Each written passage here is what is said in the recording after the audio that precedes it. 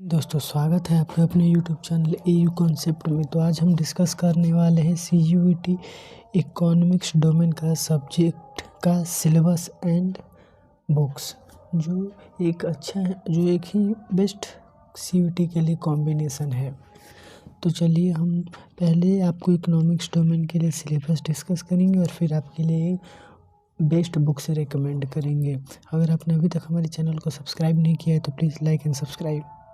तो चलिए let's start. तो जैसा कि देखिए इसमें मेंशन है, ये जो सिलेबस है वो इकोनॉमिक्स का है और इसको बिजनेस इकोनॉमिक्स के लिए भी यूज होता है। जैसे कि नोट में लिखा हुआ है, there will be one question paper which will have 50 questions out of which 40 question need to be attempted. यानी 50 क्वेश्चन होंगे जिसमें से 40 क्वेश्चन करने होंगे। देखिए यूनिट 1 में यू मेंशन है इंट्रोडक्शन टू माइक्रो इकोनॉमिक्स, और इसमें पढ़ना है व्हाट इज माइक्रो इकोनॉमिक्स और सेंट्रल प्रॉब्लम्स। यूनिट 2 में है कंज्यूमर बिहेवियर एंड डिमांड। इसमें सब टॉपिक्स है consumer equilibrium, meaning and attainment of equilibrium through utility approach, 1 and 2 commodity cases. B में है demand, market demand, determinants of demand, demand schedule, demand curve, movement along and shift in the demand curve, price elasticity of demand, measurement of price elasticity of demand, percentage, total expenditure and geometric method। उसके बाद है introductory macro economics. Third unit का topic है national income and related aggregates, basic concepts and measurement. इसमें क्या क्या पढ़ना है, तो इसमें है मैक्रो इकोनॉमिक्स, इसका मीनिंग पढ़ना है। फिर circular flow of income, concept of GDP, GNP, NDP, NNP eight market price and factor cost. यानी जो लागत मूल्य है या बाजार मूल्य है, ये दोनों पढ़ना है। Measurement of national income, value added method, income method and expenditure method. Fourth unit है determination of income and employment. इसमें क्या क्या पढ़ना है, तो इसमें है aggregate demand, aggregate supply and their components. उसके बाद है propensity to consume and propensity to save. इसमें है थर्ड में है meaning of involuntary unemployment and full employment, determination of income and employment, two sector model, concept of investment multiplier and its working, problems of excess and deficient demand. यानी जब अगर market में बहुत ही अगर किसी भी वस्तु का बाज़ार में अगर ज़्यादा मात्रा में उपलब्ध हो जाए तो इसका क्या होगा, और फिर अगर डिफिशिएंटी डिमांड यानी अगर इसकी अभाव हो जाए तो क्या होगा, क्या इसकी समस्याएं आएंगी। लास्ट इसका टॉपिक में है measures to correct excess and deficient demand, availability of credit, change in government spending. 5 unit में है money and banking.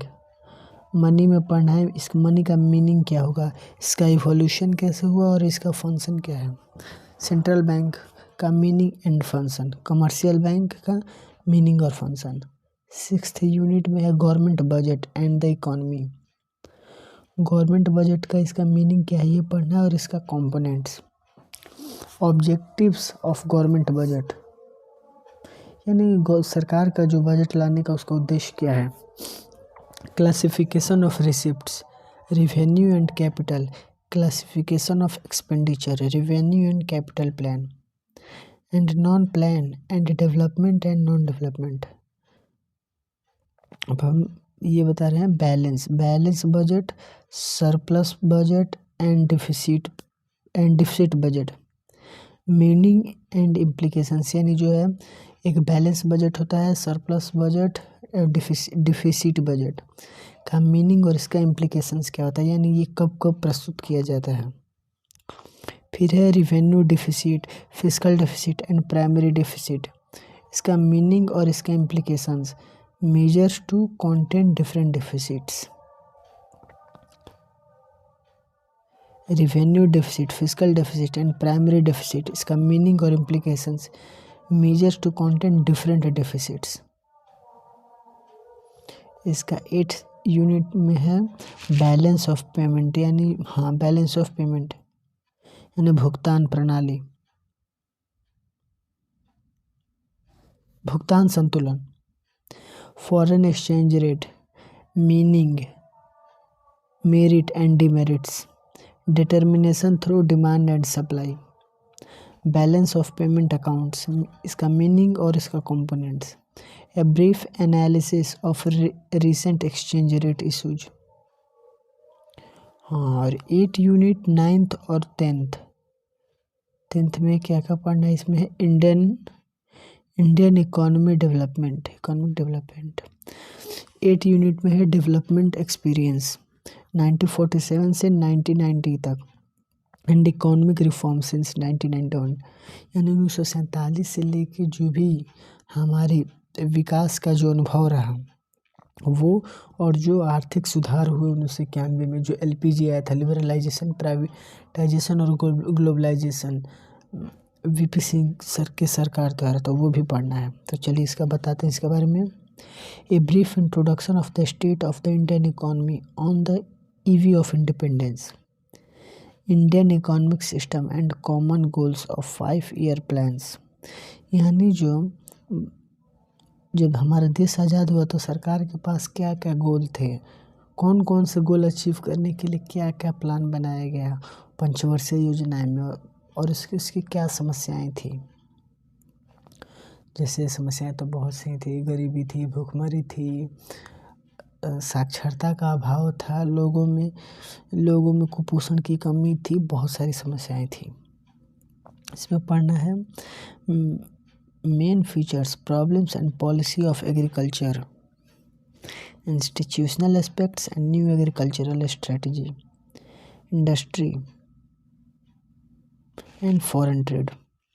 9th unit में है current challenge facing the Indian economy, यानी जो वर्तमान समय में हमारी जो भारतीय अर्थव्यवस्था है वो कौन सी चुनौती का सामना कर रही है। तो पहला पॉवर्टी। देखिए पॉवर्टी में भी 2 पॉवर्टी होता है, एक absolute poverty and relative poverty. इसका मेन प्रोग्राम्स क्या है पॉवर्टी एलिवेशन के लिए, इससे क्रिटिकल असेसमेंट पढ़ना होगा आप लोगों को। ह्यूमन कैपिटल फॉर्मेशन, जो हम लोग को मानव पूंजी का निर्माण के लिए भी एक समस्या है इंडियन इकोनॉमी के। How many people becomes a resource, role of human capital in economic development. Rural development, यानी जो ग्रामीण विकास है वो भी नहीं हो पा रहा है, ये भी एक भारतीय अर्थव्यवस्था के लिए एक समस्या है। इसमें की इशूज क्या पढ़ना है, credit and marketing, role of cooperatives, agricultural diversification, employment, growth and changes in work force participation, rate in formal and informal sectors, problems and policies. Infrastructure, इसका मीनिंग और टाइप्स पढ़ना है, केस स्टडीज जैसे health problems and policies, इसका भी critical assessment पढ़ना है। Sustainable economic development का मीनिंग क्या होगा, effect of economic development on the resources and environment including global warming. और लास्ट टॉपिक है डेवलपमेंट एक्सपीरियंस ऑफ इंडिया, यानी जो विकास का अनुभव भारत में विकास का अनुभव क्या रहा, a comparison with neighbours, India and Pakistan, India and China, issues, economic growth, population, sectoral development and other human development indicators के बारे में पढ़ना है।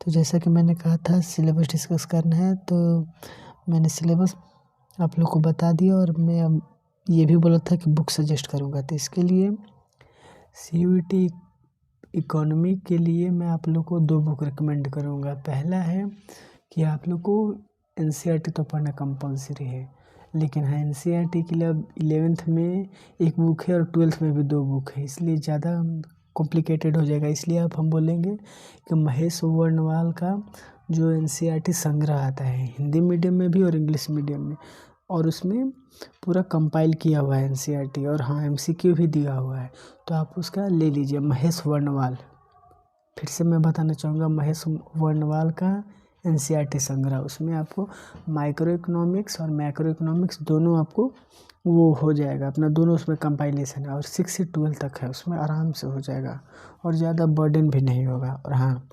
सेकंड है, जब आप महेश वर्णवाल को पढ़ लें तो उसकी एमसीक्यू के प्रैक्टिस के लिए ओसवाल का बुक ले लें।